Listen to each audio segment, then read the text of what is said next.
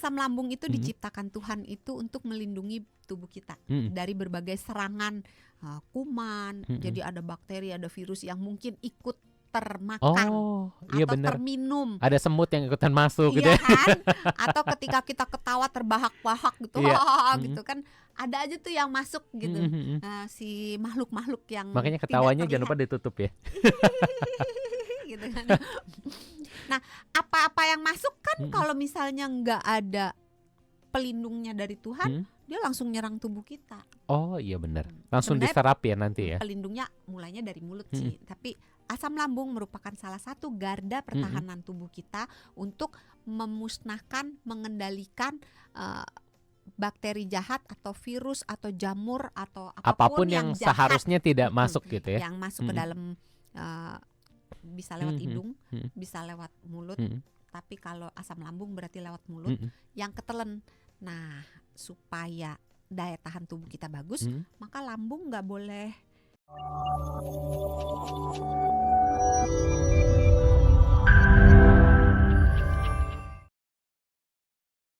Dari Pak Yono di Jakarta Utara, Doksan ini kalau mau lanjut puasa sehat katanya ya, apakah memprioritaskan protein daripada karbohidrat? Itu pasti lebih baik dan juga sehat, Dokter Santi. Terima kasih. Terima kasih Pak Yono atas pertanyaannya. Selamat malam. Ini pertanyaannya tricky nih.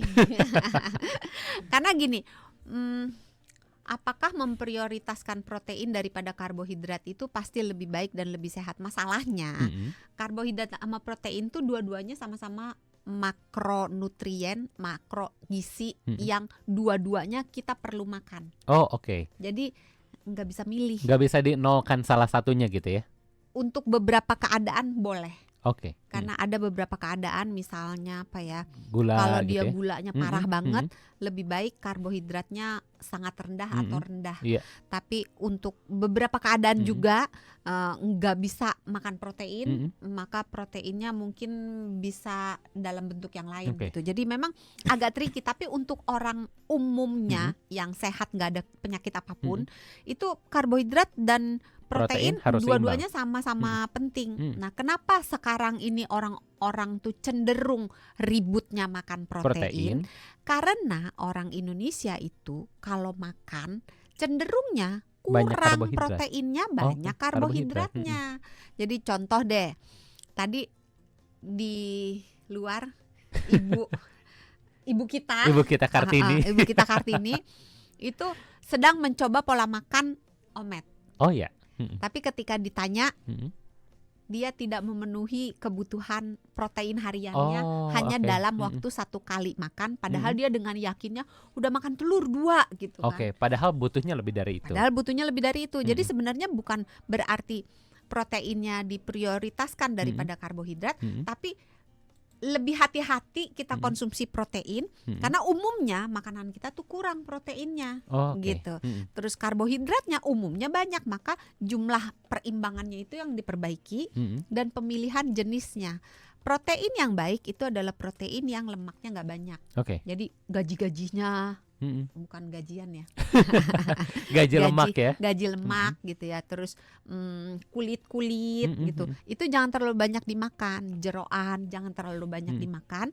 Sedangkan untuk karbohidratnya jangan makan karbohidrat yang sederhana, yang mudah diubah menjadi gula, mudah menyebabkan gulanya drop, kemudian dalam sekejap gulanya akan melonjak tinggi gitu. Jadi cari karbohidrat yang lebih kompleks, yang lebih sulit dicerna, sehingga membuat kita lebih kenyang, membuat kenaikan gula darah enggak melompat dengan tajam dan menjaga berat badan gitu. Jadi sebenarnya untuk Pak Yono saya susah jawabnya ini.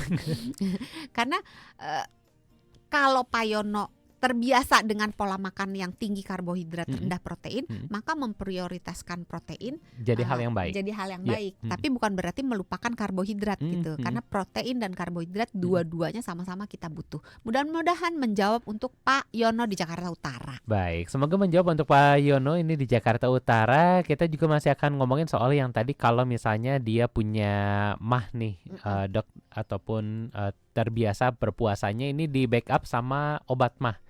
gitu ya. Mm-mm. Tadi kita sempat ngomongin itu apakah hal yang baik atau tidak. Tadi kita sempat ngomongin soal GERD.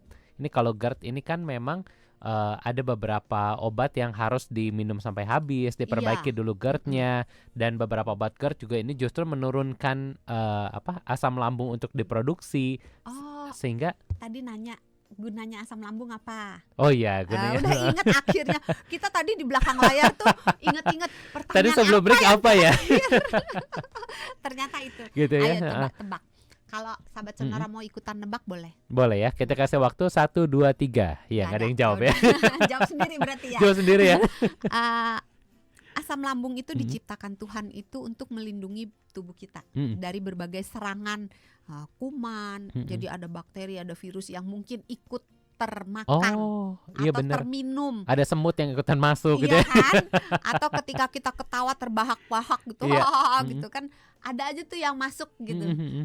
Si makhluk-makhluk yang Makanya tidak ketawanya jangan terlihat. lupa ditutup ya. Gitu kan. Nah, apa-apa yang masuk kan Mm-mm. kalau misalnya nggak ada pelindungnya dari Tuhan, Mm. dia langsung nyerang tubuh kita. Oh iya benar. Langsung Sebenarnya diserap ya nanti ya. pelindungnya mulainya dari mulut sih, tapi asam lambung merupakan salah satu garda pertahanan tubuh kita untuk memusnahkan, mengendalikan bakteri jahat atau virus atau jamur atau Apapun apapun yang jahat seharusnya tidak Mm-mm. masuk gitu ya. yang masuk ke Mm-mm. dalam bisa lewat Mm-mm. hidung, Mm-mm. bisa lewat mulut. Mm-mm. Tapi kalau asam lambung berarti lewat mulut Mm-mm. yang ketelen.